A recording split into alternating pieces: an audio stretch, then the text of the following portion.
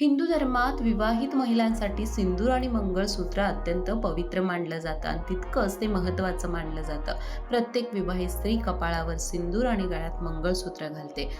पण हल्ली धार्मिक दृष्टिकोनातून बघायला गेलं तर काळ्या आणि पिवळ्या रंगाच्या मोत्यांनी असलेलं मंगळसूत्र हवं. पण सध्या फॅशनच्या नावाखाली महिला वेगवेगळ्या डिझाईनचे मंगळसूत्र बनवतात. मात्र मंगळसूत्र बनवताना याकडे विशेष लक्ष दिलं पाहिजे. मंगळसूत्र काळ्या आणि पिवळ्या मण्यांचेच बनवावे. मंगळसूत्राच्या मण्यांचा रंग पिवळा असावा. धार्मिक दृष्टिकोनातून मंगळसूत्रातील मणी पिवळे असावेत आणि पिवळे हे वैवाहिक जीवनाच्या रक्षणाचे प्रतीक मानले जाते. मंगळसूत्राचे मणी तुटले किंवा मंगळसूत्राचे लॉकेट खराब होत असेल तर ते बदलावे. जर ते कुठून तरी तुटत असेल तर लक्ष देणं सुद्धा आवश्यक आहे.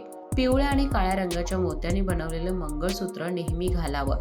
काळा रंग हा शनिदेवाला प्रिय मानला जातो आणि पिवळा रंग संसारिक पती श्री हरी विष्णूला समर्पित आहे.